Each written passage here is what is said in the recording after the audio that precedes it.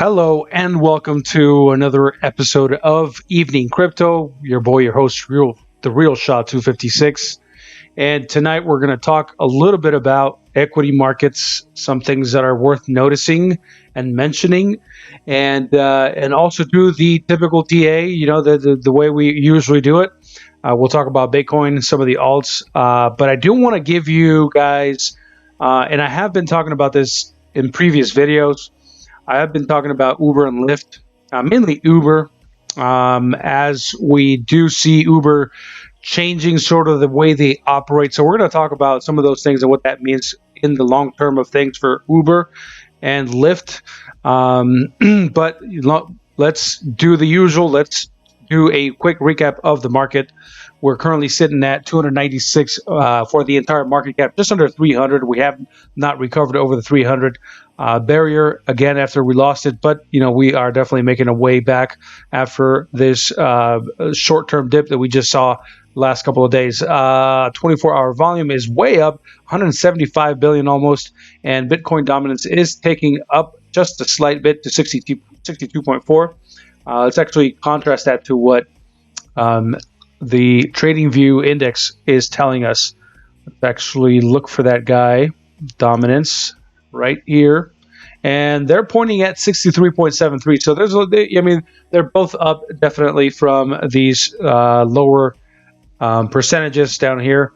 I think we got as low as, what is this here? The low was 61.98, probably lower than that. Yeah, we'll call it 61.98 according to Coin Market Cap. So again, that is a very, very critical level, and it seems like Bitcoin dominance does not want to let go of that as of yet. All right, let's start with equity markets and Uber Lyft conversation. They are leading a new or a next generation of travel ETFs. Both Uber and Lyft were added to this travel or P-Travel ETF, which tracks everything in travel technology, if you will. That, I guess, that is a new term. And so the ETF, along with 20 other companies or so, is now 26 other companies, has loaded up on both Uber and Lyft. Uber taking about, 10% of the load, or 11% actually is what the weighted amounts for the entire basket of holdings. So 26 different companies or travel technology companies, within that realm, are making up the P-Travel ETF.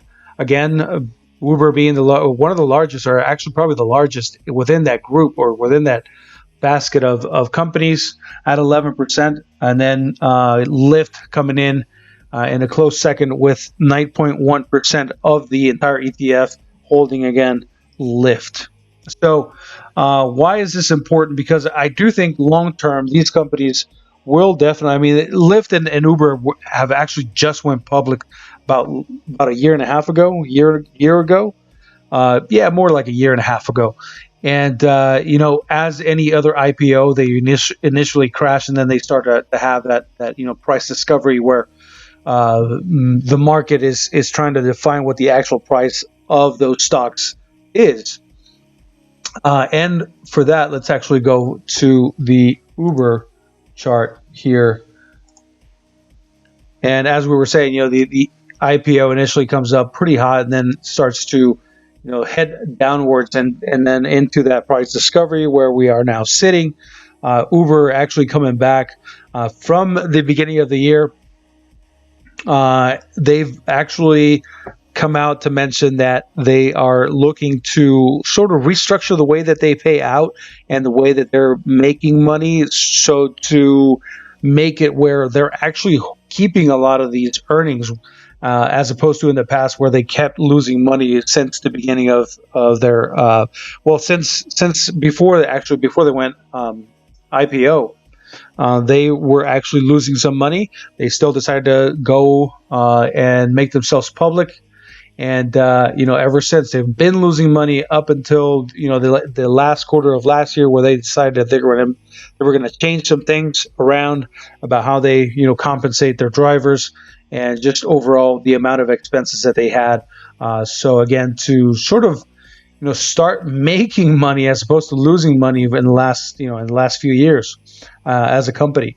And so Uber has actually, since the beginning of the year, has actually gone on. Actually, since the end of the fourth quarter, or towards the middle of the fourth quarter, they started to actually turn things around, and their stock and their chart has started to look a lot more bullish. Let's actually clean this up a little bit so we can put some trend lines on here, and we can definitely see that there's a nice, very aggressive upward trend. We were forming this sort of triangle, but then it broke out, and you saw, the breakout move. I talked to you guys about this, letting you guys know that Uber did look like it was about to break out, and I did enter into a trade into Uber, and I'm planning on holding it for quite a while. As I was saying, these companies only been traded publicly about a year and a half or so. Let's see, let's prove that. May 2019, actually not even a year ago. So May 10th of 2019 is when Uber went public, and so they haven't been trading for that long. But you can just imagine in what these things are going to do in 10 years. They've now found their way into a nice travel technology ETF conglomerate, which will not only propel the price, but it's more adoption as this industry specifically grows, and as everything goes digital. As we know, we talk about it in this community, in this channel, all the time about digital assets. Well, this is another aspect of digitalization, right? Where everything is pretty much headed. You got digital cabs, or digital private taxis, or however you want to call these hailing apps. And so it just seems like it's going with the trend of times. And I do think both Uber and Lyft have a lot of potential. As I said, I did enter the trade into both of them, and mainly Lyft. I am pretty excited about Lyft, as it, the stock was having a pretty nice rally to the upside, or a bullish recovery, going all the way up to about $54, $55. And recently today, I found that Uber, or Lyft, I'm sorry, had a nice little dip. So guess what I did? I bought the dip on Lyft, and I'm pretty excited about holding some Lyft here, because again, we're in an uptrend. We see this first pivot, second pivot, and now this looks to be a third. It's already trying to recover from it. So I do like what I'm seeing here, and I do think, again, with the news of being added to this nice travel ETF, I do think long-term is going to be worth holding on to. So not financial advice, but I'm just sharing what I do, sharing my opinions. I'm not trying to show you either, or I'm just telling you, again, what I am doing.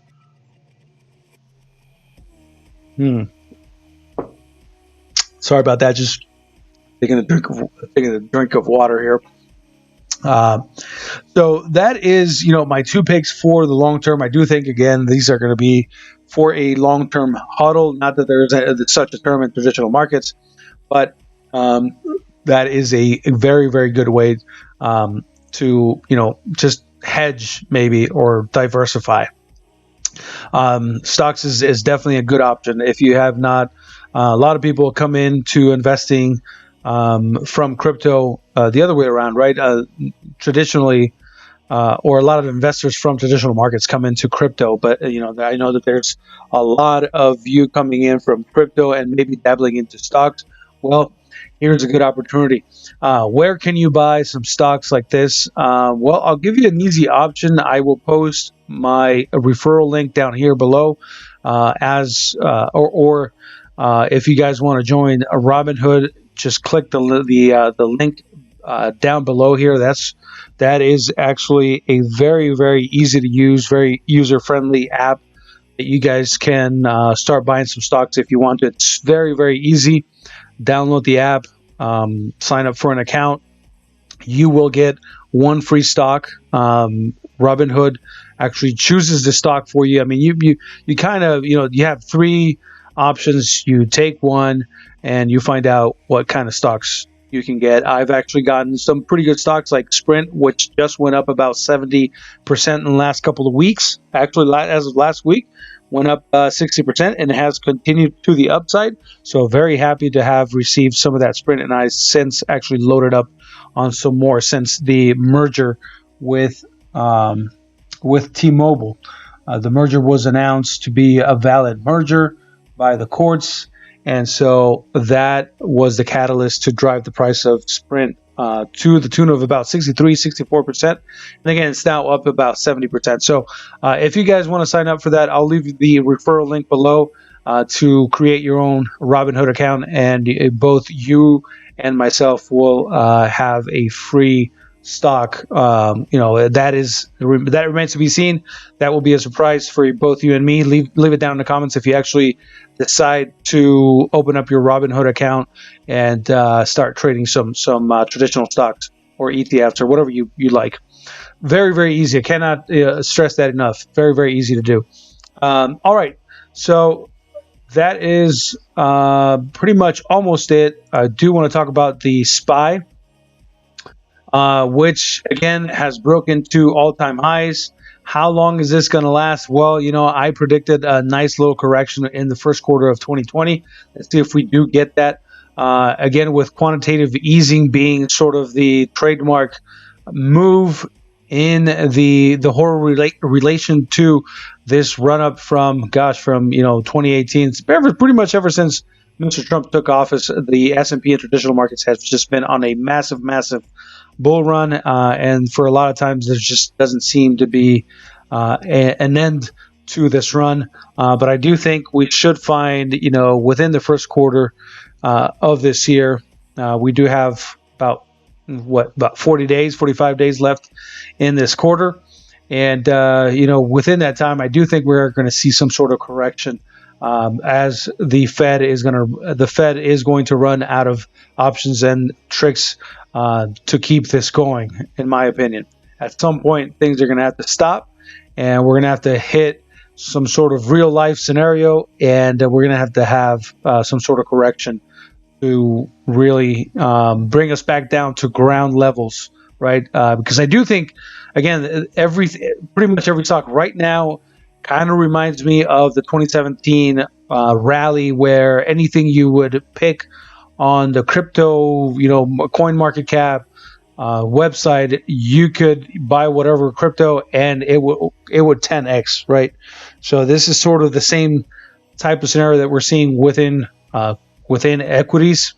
Again, just choose any equity, pretty much. I mean, I don't want to be reckless to say any stock will, perform great or greatly. No. You do have to do a little bit of research, but very, very easily you can start making some solid, percentage gains on your portfolio if you just start trading some equities. Okay, so where do we go from here? I do think we continue. I mean, there's probably going to be some more slight corrections to the downside on the way up, but then again, before the end of the first quarter, I think we are going to see a nice little correction here. But from the time being, the trend is your friend. I won't actually stop trading equities until I see a definite reversal, and then I will be looking to take my gains and wait for the market to either bottom out or wait for again another trend reversal. And something that's indicative of a good time to get back into the market. Okay, enough of that. Equities, blah, blah, blah. Let's get into the nitty-gritty here with Bitcoin. What we have been doing, we're looking at the daily here. Let's actually zoom in a bit. So looking at the daily, the reason I wasn't scared, and you guys can go back to my last video from last week. You guys can click on the link up here at the top of your screen, and you guys can go check out my last video where I was talking about this exact formation, where I wouldn't get bearish on it, even though a lot of people were saying, if we break below 9,700 or if we break below 9,600, it's going to be a trend reversal, and we're probably likely going to go to 8,500. I heard that all over the place. and I was the one telling you guys, as long as we don't break this formation, we're going to be all right. And we did. Again, you guys can go check the video out where I was telling you guys, as long as we don't break this ascending line of support here, we're going to be all right. We're gonna likely see a bounce from that area.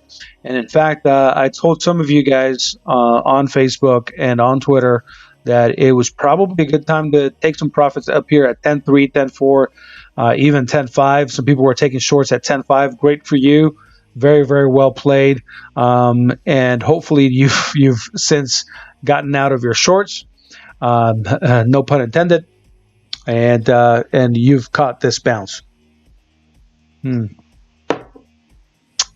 another sip of water here. This was a big area of support. We did breach it to the downside, but then recovered it. Now, this is important to notice too. This is on a daily, right? So we broke down below it. We found support right where we should, and then came back up. Nice little, almost a bullish engulfing candle here. What's missing is this red candle's wick is definitely way below this wick here. So, although it has all the characteristics of a bullish engulfing, not quite what it is. Okay, so this is on the daily. Things are looking pretty good. If we bring back our EMAs here, everything's looking pretty good. We found a nice little bounce on the daily off the 21 here. That is another indication that we within intact, right? This bullish trend is still very much intact, right? We haven't breached support on the daily or any significant time frames. So this move is still intact. I do think we are going to have continuation. Not to say that we're just ready to go ahead and go to 20,000 or anything like that, but I do think we're going to have some corrections along the way. But we are surely, I am almost 100% certain that we are going to regain the more bullish posture. Again, taking some breathers on the way up, but eventually we are going to come back and retest 11 to 11.3. And then we'll have to reassess what happens once we reach it. As per usual, as we did get a test of this 10,500, we rejected clearly from it on the first try. We went all the way back down to 94.52 was the low on this daily candle, testing the 30, testing the 21, and bouncing right back up, which is also, again, a very, very characteristic sign of a bullish trend, right? As long as we don't come back to, we can still technically come down and retest the 55, which we're still within the realm of possibilities, and we still don't need to get ultra bearish on things, right? So a lot of that conversation was pretty confusing to a lot of folks, a lot of people out there. If you were paying attention to this channel, you knew what to expect, and you knew what we were kind of looking for, and actually not getting bearish at all. All right. So here's a good area of interest here going forward on the immediate time frame. This right here is a supply zone, and a really good thing to see from both a 4-hour and a daily is that we went back and closed this daily candle inside the box, and now we've opened another daily candle inside the box. And now let's go to the 4-hour. 4-hour shows us we closed this 4-hour candle within the supply zone, which again is going to act. This acts as plenty of resistance. And what do we see here? We're currently trying to consolidate within the box, but again, it is looking like a retracement here. As long as we don't breach it to the downside, we can wick. That's fine. We can have a wick down into these lower price ranges. That is completely fine. I'm looking for closures within a certain range, right? If we stay within this range, which we are currently right now, just like textbook, we are within the range, within the supply zone, again, acting as resistance, trying to push the price down. We'll see what happens. We have to wait and see what this 4-hour is going to hold. It just opened 33 minutes ago. It won't close till 1 p.m. Pacific or 3 Eastern Standard Time, or actually that would be That would be 12 Pacific, 3 Eastern Standard Time. And so we have to wait and see what will happen with this 4-hour currently open candle. See if we can remain within this zone. If we do that, if we do remain and keep consolidating within this demand zone, that's going to be a great sign that we are, that we're just preparing for another leg up, right? Another move to the upside. Which I do believe there's a high possibility that is going to happen. Again, is it within the realm of possibilities that we do come back down and retest the 21? Absolutely, it is within. It is on the deck.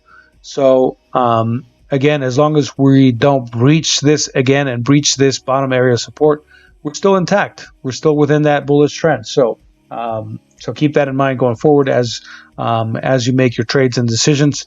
The way I was playing it, just to give you guys full disclosure and transparency, I was buying. I did sell. I didn't sell the top. I did sell about a little bit on 10,300. Sold a little bit at 10,150. And then we saw the dip started to happen. I bought in right within this area here. At 98.50, 98.47, something like that is where I bought back in, thinking that this was going to hold, but unfortunately it didn't.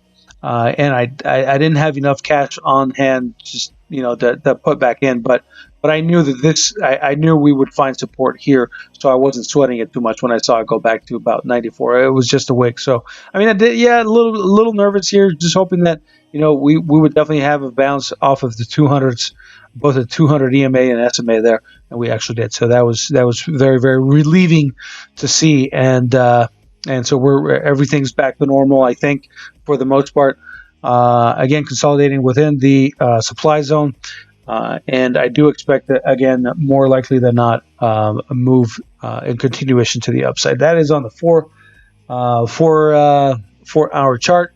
Let's look at a couple other indicators. Let's look at the stochastic. From a 4-hour, this is an old trend line that we had been using. Let's actually make this a little shorter and grab it and see if we do have a trend here. We do have a trend here. Let's actually fix this. Getting stuck here.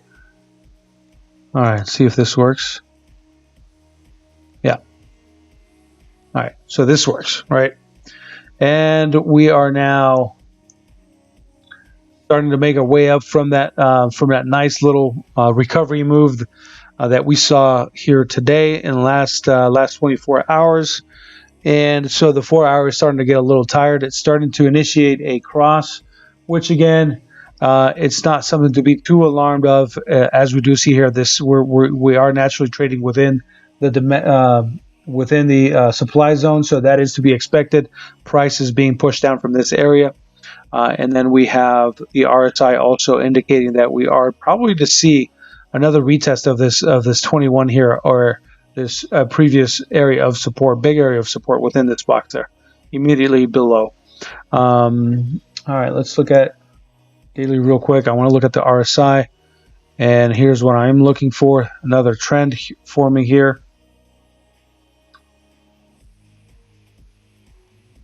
And we do see here on the daily price action coming back down to retest this upward trend and having a nice bounce so far. This is on the daily.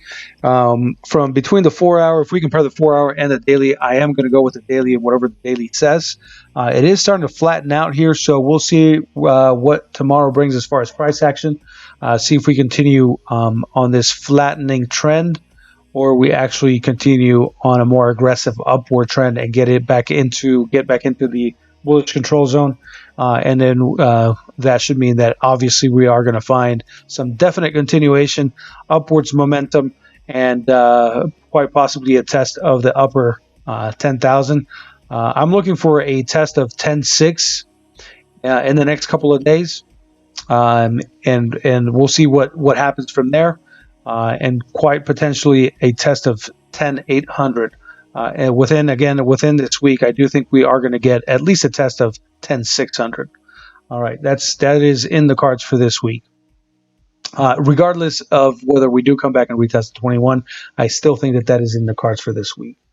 Volume is pretty healthy, and it's remained pretty steadily healthy here within the last week. We do see consistent volume at or above the exponential, which means that there's plenty of trading action going on, whether it's on the sell side or the buy side. There is definitely a lot of interest. We also see the 24-hour trading volume at 174 now. That is another indicator that things are definitely looking good as far as liquidity and trading activity. So that is definitely a really, really good thing. I think for the most part, bears are starting to leave the market more and more. I think I convinced myself at least that is the case. We are looking for shorts and longs. Let's look at longs. Longs are, we did break slightly above the all-time high on longs, and we do see, after a little bit of people were starting to get short after that dip, and we do see sort of a recovery happening here with longs, which means open interest is on the rise again. And people are feeling pretty optimistic about the price of Bitcoin. They're feeling that the price of Bitcoin is gearing for another leg up. Otherwise, people will not be entering more longs. Shorts, for the meantime, have gotten up after this dip. Some people have remained more on the short side, but overall, if you look at both these charts, you can definitely determine that the overall sentiment in the market is still to the upside.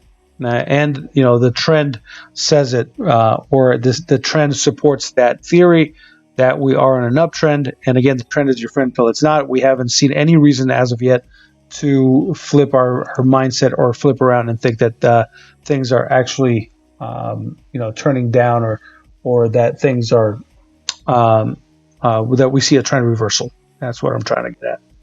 All right, let's look at some other coins. Link, I do want to mention, I'm a big fan of Link.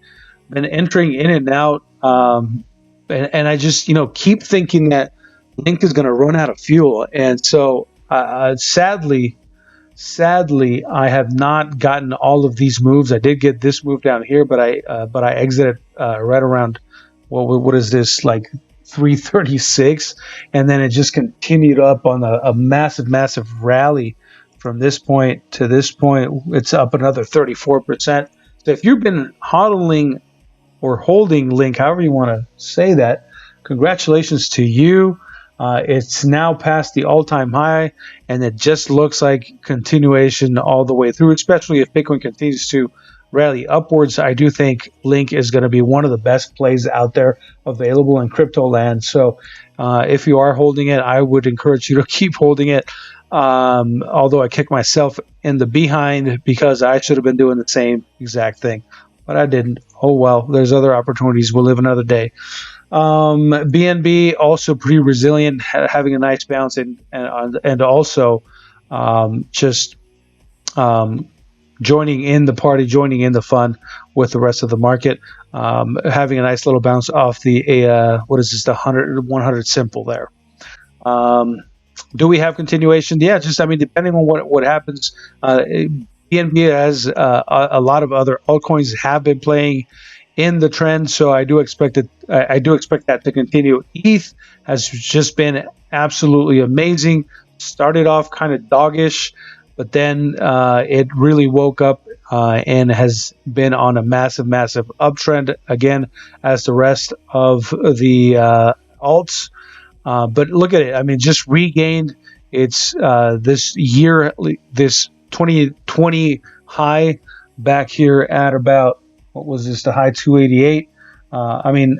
Okay, not quite 288, but 285 is not nothing bad or nothing to shake a stick at. So pretty good. I like what I'm seeing on ETH. I do see the RSI starting to tick down. It did have a flip to the downside, but again, that's because Bitcoin has reached that supply zone and it's pushing the price down. And so everything's going to pretty much look the same, right? It's going to have a little bit of a correction. The RSI stochastic is showing us that there is a cross to the downside. That I do think is going to be temporary for Bitcoin and Ether as well. And then we do see another good indicator here, a lot of money coming back into Ethereum as well. This is the money flow indicator, although it is, again, ticking down and now on a downward trend. Didn't quite make it into the bullish control zone. But again, as we do see the market continue to rally upwards, I do think this can easily turn around and we can see the money flow continue to the upward, on an upward trend as well. All right, so two good indicators there, letting us know that things are looking pretty darn good. All right, let's look at Litecoin. Litecoin's looking a little weaker than most. Joining in the rally for the most part, joining in the bounce for the most part, but not as aggressively as Ether perhaps, or as Link has been showing us. But again, it's not a bad play if you guys are holding Litecoin. Not a bad play at all. As again, we do see that here that a lot of these altcoins are playing along with Bitcoin and Ether for the most part. We should see another retest of 83.46, 83.50, and that's kind of where we'll have to reassess and look at things and see if we actually reject off of that area.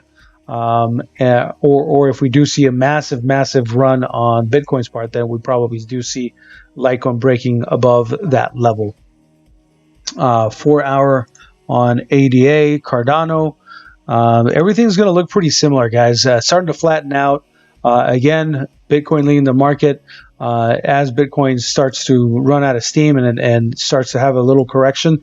We are going to see the rest of these altcoins do the same thing. Money flow indicator looking weaker than the other alts we just saw. It is turning down quite a bit now, and just indication of sort of a short-term reversal. We probably will likely test the 100 simple here within ADA, and let's watch for a bounce there. Probably a good area to re-enter at the 100 simple there. As long as Bitcoin doesn't break down, I think that'll be a good point to re-enter. Same thing with Stellar Lumens. Quite possibly retest of another 100 simple there. There is a previous area of support coming into confluence there, so that is going to be a strong bounce if we do get the opportunity to have a retest of 0.07112.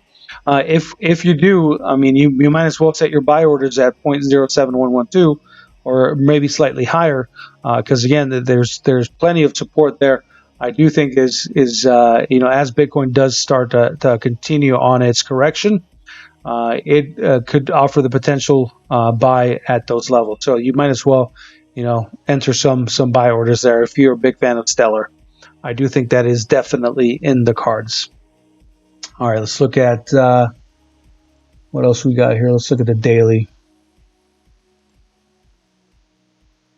Yeah, daily shows a different story, right?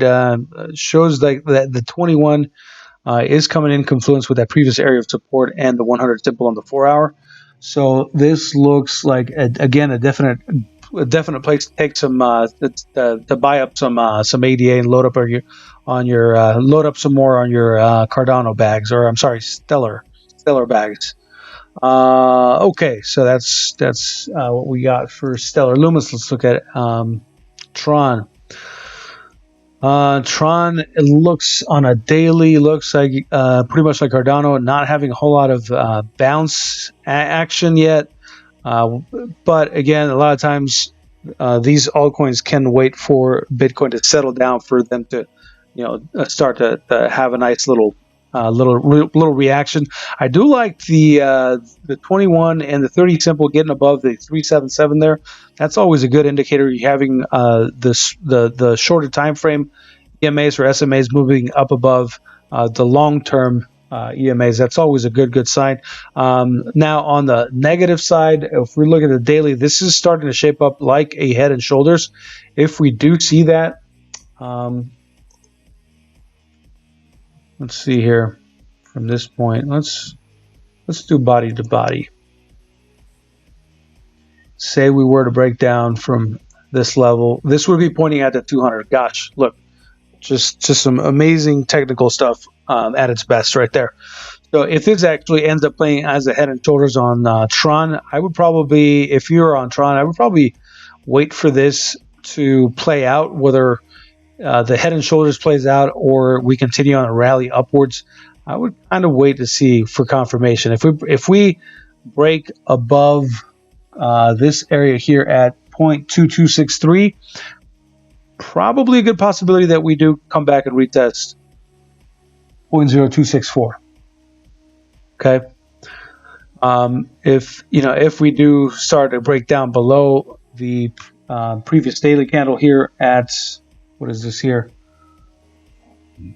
0.02174, if we break down below there and close a 4 hour, even a daily, or even a 4 hour below there, I would look for a retracement all the way down to the 200 here at around 0.01853.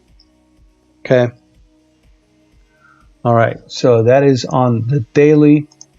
And again, you want to put more weight on the daily over a 4 hour.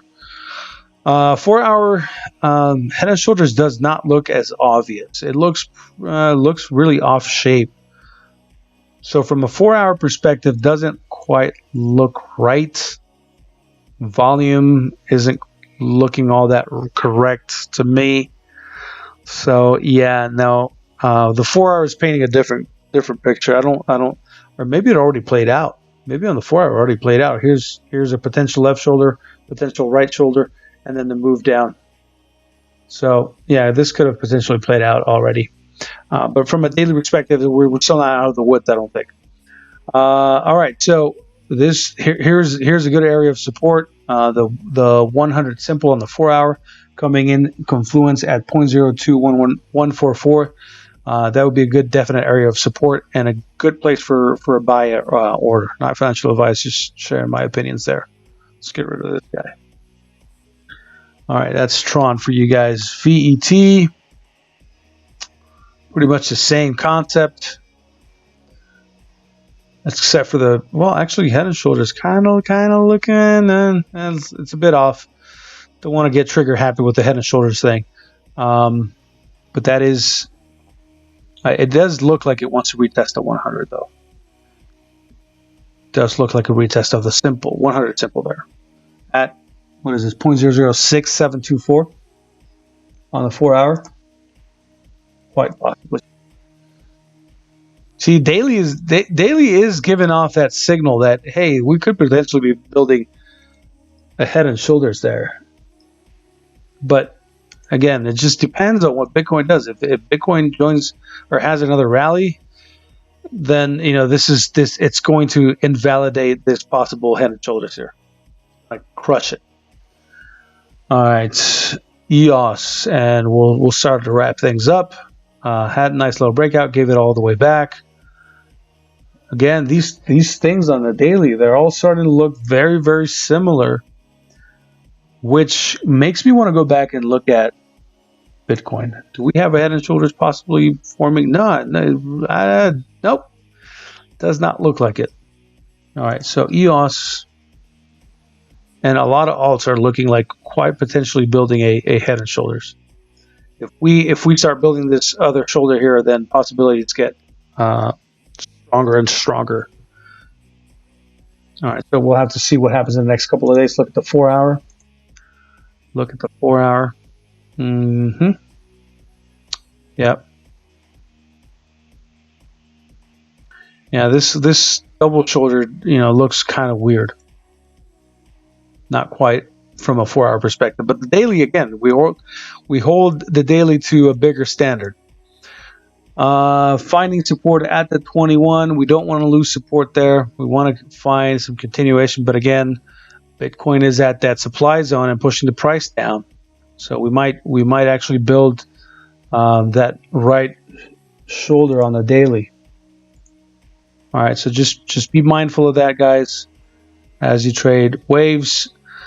Not willing to relinquish the 200 EMA there. Pretty good sign. But I do want to see a move sooner rather than later. I'm looking at waves BTC pair, not USDT or USD. I absolutely need to see a move sooner rather than later, and retest. What is this here? 0.0001665. Otherwise, I do think we're going to lose the 200. All right, let's look at Tezos, and we'll pretty much wrap it up there. Okay, retest of this prior high, and so far a rejection. Tezos is another one, along with Link, that people are very, very, very, very bullish on. So definitely one of those that you might consider entering into. I wouldn't enter right now, right here, right now. This would have been the perfect entry point. A retest of the 21 at $2.73. I would wait. I would want to wait until we see another dip here, or if you see Tezos with some volume breaking above 347, 348, it could potentially mean another breakout. All right, so keep that in mind. All right, guys, if you have not subscribed to this channel, I would do me a huge honor if you hit subscribe and the bell notification so you get notified whenever I put out this content. If you have any questions, leave it down in the comments. I would be more than happy to answer those for you if you want me to look at certain stock or crypto. Also, let me know down in the comments. I hope you got something in exchange for your time here tonight. I appreciate you joining. I appreciate you watching. I will see you on the next one.